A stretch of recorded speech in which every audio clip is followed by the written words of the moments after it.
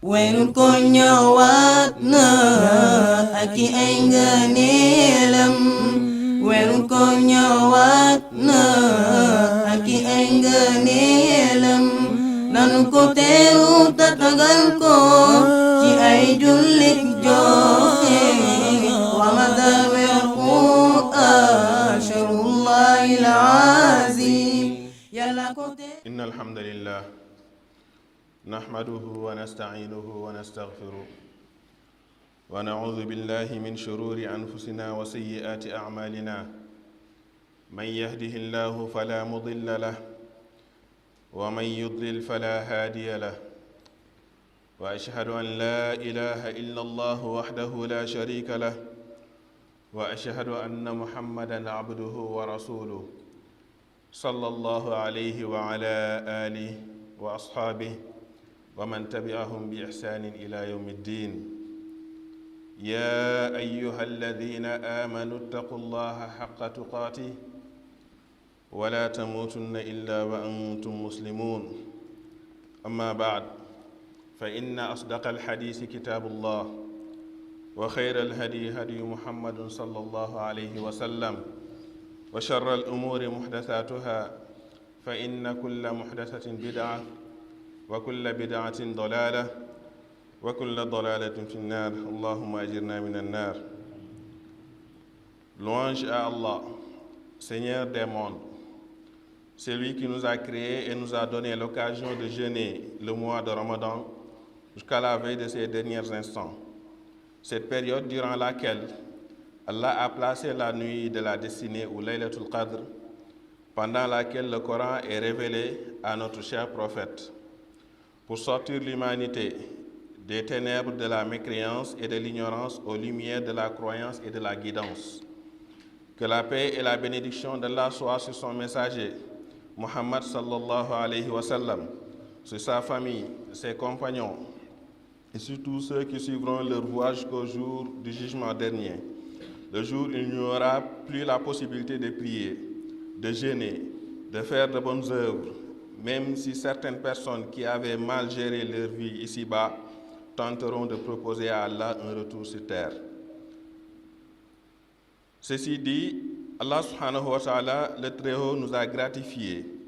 en nous faisant appartenir à la communauté de Muhammad sallallahu alayhi wa sallam. Il nous a aussi gratifiés de cette nuit par miséricorde, car il sait que nous sommes négligents dans beaucoup de domaines et que notre espérance de vie est courte par rapport aux communautés qui nous ont précédés. Celles-ci vécurent des années durant. Nuh, alayhi salam, par exemple, est resté pendant 950 années à faire le prêche à son peuple. Ainsi, la nuit d'Al-Qadr renferme beaucoup de bienfaits, cause pour laquelle le prophète sallallahu alayhi wa sallam, en ces moments précis, redoublait d'efforts dans son adoration et incitait ses compagnons et à travers eux, toute sa communauté à faire autant. C'est ainsi qu'il disait dans un hadith rapporté par Bukhari et Muslim, « Celui qui adore Allah dans cette nuit, parfois et espérance de la rétribution divine, verra tous ses péchés expiés. » Ainsi, la nuit exacte était connue de notre prophète sallallahu alayhi wa sallam au début. C'est ainsi que Ibn Uyayna disait dans le Coran, Allah dit, « Et qui te dira que c'est la nuit d'Al-Qadr ?» Cela veut dire que c'est quelque chose qu'il a fait savoir au prophète sallallahu alayhi wa sallam. Cependant, la connaissance fut effacée du fait d'une dispute entre deux musulmans. Selon Ubada ibn Sabit, le prophète sallallahu alayhi wa sallam sortait un jour pour nous annoncer la nuit d'Al-Qadr. Il y eut une dispute entre deux gens et ce dernier de dire « J'étais sorti pour vous donner une information de la nuit de Laylatul Qadr, alors qu'un tel et tel se disputaient. On me l'a fait oublier. Peut-être que c'est mieux pour vous, mais cherchez-la dans les 25e, 27e et 29e nuits, rapporté par Bukhari. Certes, c'est mieux pour nous et c'est une miséricorde, comme l'a si bien dit notre prophète sallallahu alayhi wa sallam, car cela doit nous inciter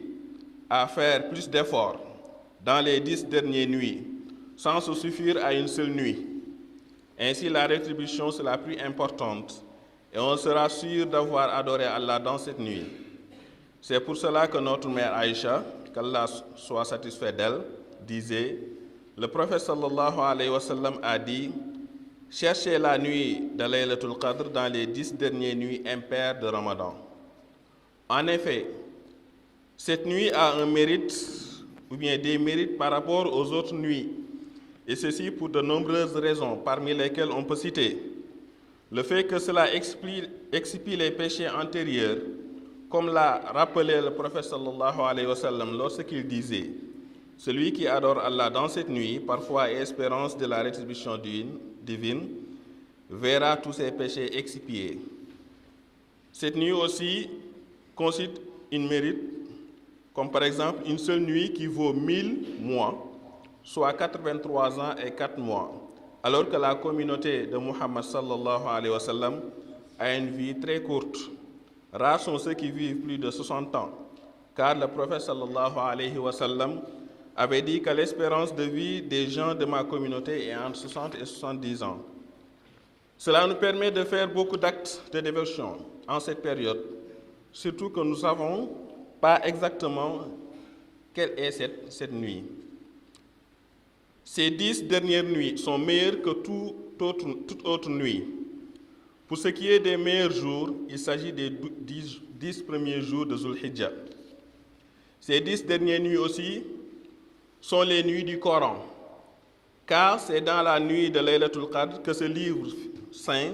fut révélé, d'où la parole divine. Selon notre mère Aïcha, lorsque venaient les 10 dernières nuits de Ramadan, le prophète sallallahu alayhi wa sallam redoublait d'efforts en termes d'adoration, passait des nuits blanches et réveillait sa famille. Selon Abdullah ibn Omar, radiallahu anhu, le prophète sallallahu alayhi wa sallam faisait cette retraite spirituelle, c'est-à-dire al-i'tikaf,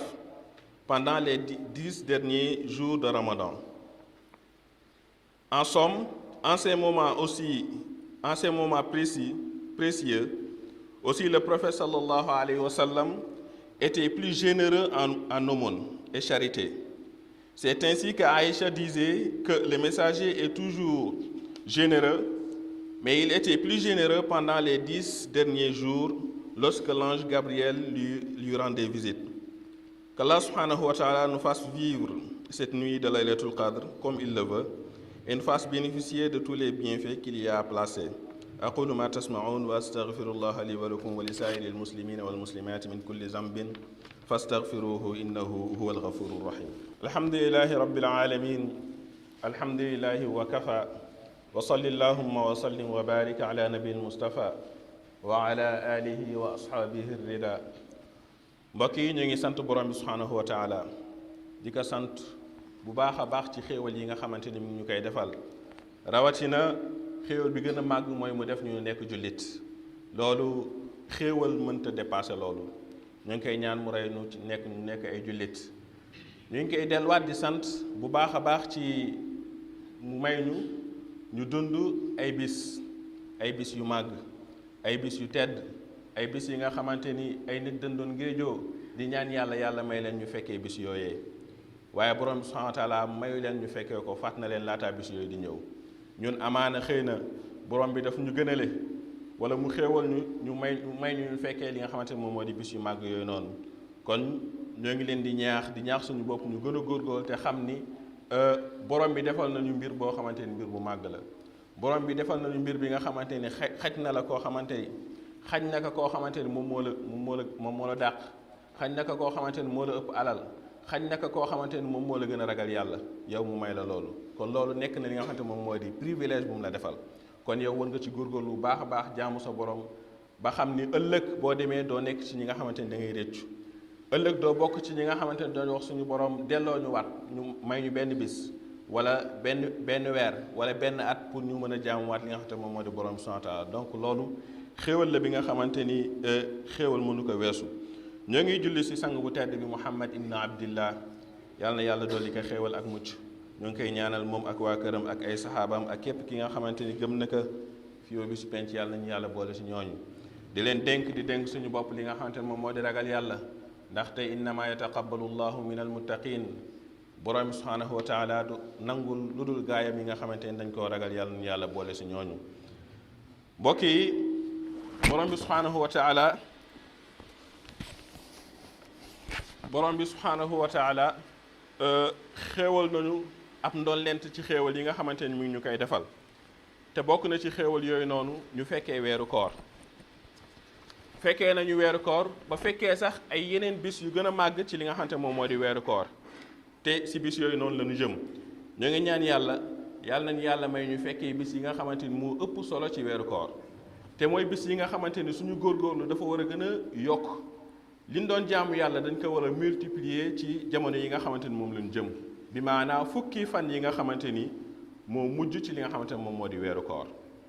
am na ñoo xamante ni tàmbali nañu waaye jeexaluñu ñun ñoo ngi waaj dugg yàlla nañ ko fekkee yonent bi sallallahu alayhi wa sallam bu daan toll si jamono yi danaan laxasaayu di def li ñuy woowee li nga xamante moom moo di la retraite spirituelle ñu koy woowee al i'tikaaf du yem ci loolu daraan yee njabootam yépp ñu taxawee li nga xamante moom moo di guddi googu kon moom xam na li nga xamante moom moo di ban valeur moom moo nekk ci guddi googu kon jullit bi na wax ni dëgg la weeru koor mi ngi waaj jeex waruma nekk koo xamante ni damay lot wala damay wane ni man de wóor naa ba sonn kon xaaral ma xaw a féexlu tuuti déedéet période bii ni la war a gën a góorgóorlu te xam ni li ëpp solo ci mbir yi mi ngi nekk ca fin ba li ëpp solo ci mbir yi mi ngi nekk ci fin ba bul nekk commencement bi damay góorgóorlu rek ba bàyyi ba fin bi ma commencé lompañ waaye malheureusement ñu bare daanaka suñu tollee ci fin bi li ñuy yittewoo mooy li nga xamante ne moom mooy feet ba wala la nekk ca ginnaaw alors que fi nga xamante ni foofu nga toll foofu mooy li ëpp moom mooy li ëpp njëriñ kon góorgóorlul gaaw te xam ni li nekk sa kanam yitte la yi nekk sa kanam war nga ko jox li nga xamante ne moom moo di solo ndax ci bis yooyu nga xamante ni moom mujj ci weeru koor plus précisément mooy fukki guddi yi nga xamante ni moom mujj si la borom bi subhanahu wa taala wàccee li nga xamante moom moo di alquranul karim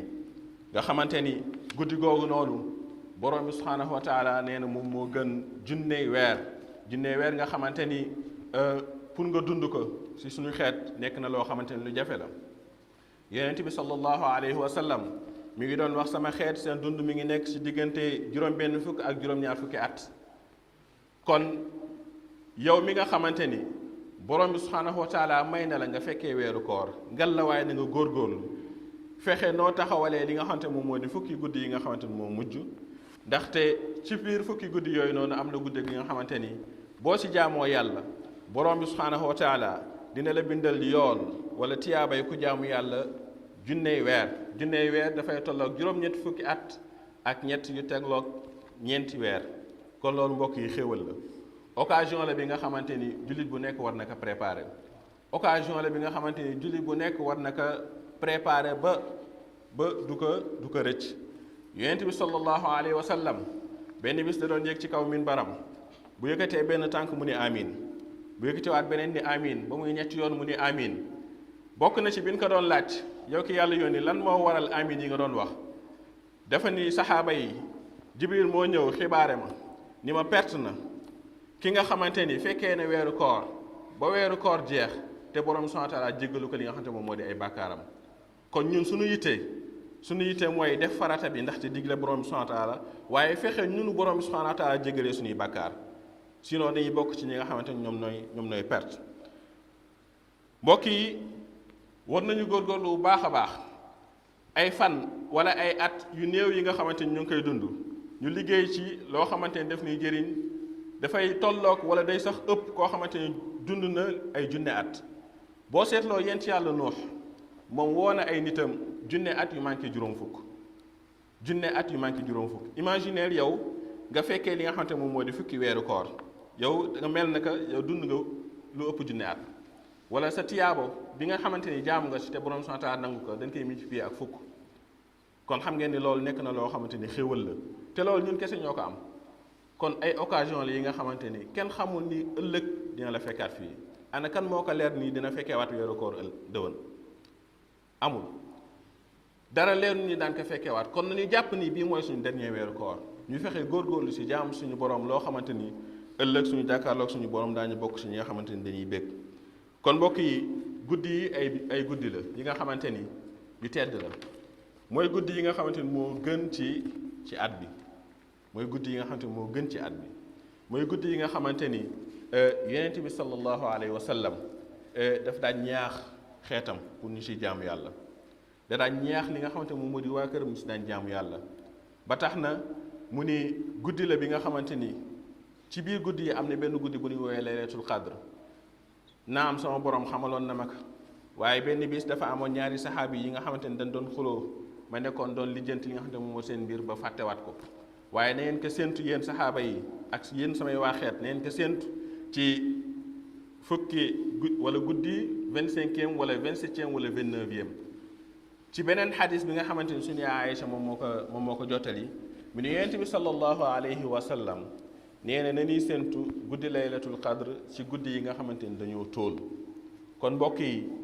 képp ki nga xamante ni bëgg na daj laylatul qadr na nga ko séentu ci guddi yooyu noonu waaye bi gën a xamante ni moom moo gën a yaatu mooy li yonent saa sallam doon def bu 20e guddi teewee moom dafay commencé di julli di def ay azkar di màgg dundal li nga xamante moom moo di guddi yooyu noonu ba fi weer bi di jeexee cela veut dire que ki nga xamante ne moom fukki guddi yëpp màggal na ko moom la shakka fii que ni moom tombé na ak li nga xamante moom moo di laylatul qadr kon loolu noonu moom moo ëpp chance que di toog di ko kar ci yi nga guddi yi nga xamante ni moom la xadis bi wax léegi kon nañ ci góorgóorlu bu baax te xam ni ay guddi la yi nga xamante ni nelaw kenn waru ko def wala suñu nelaw nañ nelaw tuuti di def ay azkar yu bare di saraxe ndaxte ay jaamu yàlla yi nga xamante ni moom mooy yu gën a màgg dañ ko soxla ci période yooyu noonu yonent bi sallallahu alayhi wa sallam jamono yi bu daan ñëw nga xamante ni jibril da ko daan seet si mu daan nafar alquran ba année bi mu mujj dund jibril ñëw na ñaari yoon ci année bi mu nafar ci moom alquran ñaari yoon ñu ni période boobu noonu da daan gën a baaxaayam danaan yokk loxo bi amul lenn li nga xamante ne di si daan tegu ba pare di taxaw da ko daan joxe kon nañu góorgóorlu ci côté boobu aussi di joxe di jàng alquran parce que période bii mooy période jàng alquran parce que ci guddi yii nii bokk na ci benn guddi si lañ wàccee li nga xamante moom moo di alquran kon bokk na ci ngëneelu guddi yooyu mbokk yi ko ñu xam ni képp ku ko dundal borom subhanahu wa ta'ala dina la jéggal li nga xamante ni jiital nga ko ci ay bakkaar yéen saa sami wax ci xadis mu ni man qaama laylatal qadri imanan wa ihtisaban gufira lahu ma taqaddama min danbi nee na képp ki nga xamante ni taxawe na laylatul qadr guddi laylatul qadr fekk ba mu koy def gëm na yàlla ba pare mu si doon sàkk yool kooku nee na borom subhanahu wa ta'ala daan ko jéggal lépp li nga xamante ni jiitaloon na ko ci ay bàkkaar te pour nga mën a am loolu il faut que nga fexe noo dundalee guddi yëpp bu ko defee di nga mën a am tombe ci li nga xamante moom moo di guddi googu kon mbokk yi ñu góorgóorlu ci bu baax beneen bi mooy lii nga xamante ni moom moo di guddi laylatul qadr guddi la bi nga xamante ni war nañ ci góorgóorlu di jàng alquran puisque xamuñu ban guddi la nañu jël guddi yëpp ñu ciy jàng alquran màggal ci alquran di settantal li nga xamante moom moo di alquran di doxantu ci biir alquran di fexe di déglu kàddu borom subhanahu wa taala waaye tamit di ko tasaare mu nekk loo xamante ni lu am njëriñ la parce que période bii nii lañ ko wàccee fii koo xam ku bisu juddam egsi da ngay gis dafay nekk di ko màggal kon alquran moom moo gën a tedd alquran dafa nekk li nga xamante moom moo di kàddu borom subhanahu wa taala kon nañ ci góorgóorlu bu baax te xam ni képp ki nga xamante ni mi ngi ci góorgóorlu du ko rëcc ndaxte benn xaraf boo xamante ni jàng nga ko si benn xaraf boo xamante ni jàng nga ko loolu dafa nekk ay tiyaaba yu màgg yenn saa sam nee na képp koo xamante ni jàng na benn xaraf kooku am na fukki tiyaaba te nee na waxul alif lam mim xaraf la waaye alif xaraf la laam xaraf la mim xaraf la donc boo waxee bismillah am na juróom benn xaraf yu fa nekk nga multiplier ko par 10 bismillahi rahmaani rahim 17 lettres nga multiplier par 10 fatiha ñaata lettre la baqara ñaata lettre la kon mbokk yi ay buntu tiyaaba mi ngi nii ay buntu yool mi ngi nii kon nañ ci góorgóorlu yow mi nga xamante ni aussi mënoo lire xamal ni période bi war nga ci mën a góorgóorlu fexe noo commencé lire mën a jàng sa alquran te xam ni loolu mooy li nga xamante ni lu lay mën a dugal li nga xamante moo di aljanna kon mbokk yi nañu xam ni période bii nii bokk na ci li Yonent bi sallallahu alayhi wa sallam ëppoon li mu daan def moom moo di wéet di def li nga xamante ne moom moo di i'tikaaf mu wute lool ak li nga xamante moom moo di dugg xalwa ndaxte ñoom ñaar bokkuñu li nga xamante moom moo di ay maqasid bokkuñu jubluwaay. i'tikaaf lu Yonent bi sallallahu alayhi wasallam jàngale la ba pare mu digal ko ay saxaabaam te fi ñu koy defee moom moo di si jàkka rawatina jàkka joo xamante ni dañ fay jullee li nga xamante moom moo di les 5 prières parce que boo ko commencé waratoo génn mu am période bi nga xamante ni da nga koy choisir pour def sa i'tikaaf bu la neexee nga jël 10 derniers yi te mooy li Yonent bi sallallahu alayhi wasallam daan def bu la neexee fekkee amoo temps nga jël si ñett wala juróom wala mi ngi dépendre sa disponibilité waaye képp ki nga xamante ne borom bi mën loo na la ko na nga ko fexe def ndaxte njëriñ rek moom moo si nekk. Yonent bi sallam bu ko daan def danañ jàng alquran daan julli di def ay azkar bépp xeetu jaamu yàlla bi nga xamante ni bu baax la da ko daan def waaye mu nekk koo xamante ni des daan xiir njabootam. yow mi nga xamante ni aussi peut-être xëy na sa liggéey permettre la ko même boo génnee weeru koor mën nga ko def parce que loolu xeetu jaamu yàlla bi nga xamante ni daf lay permettre nga mën a delloowaat sa bopp sa borom mën a am li nga xamante moom moo di contact direct ak sa borom ndaxte àddina bi dafa nekk loo xamante ni daf lay soreel sa borom te daf lay nax ci li nga xamante moom moo di ay taar ci li nga xamante moom moo di ay activités yi nga xamante ni du jeex soo ko toppee mën nga ko topp ba sànku kon mbokk yi nañ góorgóorlu bu baax a baax te xam ni lépp li nga xamante ni xeetu jaam yàlla la mu baax borom subhaanahu wa taala digle ko Yonent bi sallallahu alayhi wasallam jëfe ko xëy ci ay saxaabaam loolu jamono yii nii la gën a baax la gën a tedd lañ ko gën a séentoo te xam ni képp koo xamante ni def na ci benn nga xam ne ay pay yu màgg moom moo lay xaar kon nañ ci góorgóorlu bu baax a baax te xam ni suñu buntu texe xaj na ci bis yi nga xamante ni moom la ñu dëgmal ñaan yàlla nañu yàlla may ñu fekkee ko ñaan yàlla nañu yàlla dàqal seytaane ba lépp li nga xamante ni bëgg nañ ko def si jaamu yàlla rek mu nekk loo xamante ni dafay yomb si ñun waaye mu musal ñu ci ay pexem ba lépp li nga xamante ni tàmbali nañ ko ci ay jaamu yàlla tamit lépp loo xamante ni da koy yàq mu mën ko mucc lu mel ne que ay ngistal lu mel ne que li nga xamante moom moo di déggtal ak yu mel noonu ñaan yàlla na yàlla sàmmal nu suñuy jëf yàlla na yàlla dimbali nu xiir nu ci boppam xiir nu waaye tamit ñu nekk ñoo xamante ni dañ koy sant rabbana atina fi dunya xasana wa fi l axirati xasana wa qina adaba annar rabbana la tuzigh qulubana ba'da idh hadaytana wa hab lana min ladunka rahma innaka antal wahhab rabbana innana zalamna anfusana wa in lam taghfir lana wa tarhamna lanakunanna min al khasirin allahumma ighfir lana qabla al mawt warhamna inda al mawt wa la tu'adhibna ba'da al mawt bi rahmatika ya arhamar rahimin ya rabbal alamin wa qumu ila as-salat weerul ko ñëwaat na ak ay ngëneelam weerul ko ñëwaat na ak ay ngëneelam nanu ko teeru tatagal ko ci ay jullit joxe Ramadan weer Qur'an shahrullahil azim yàlla ko teeru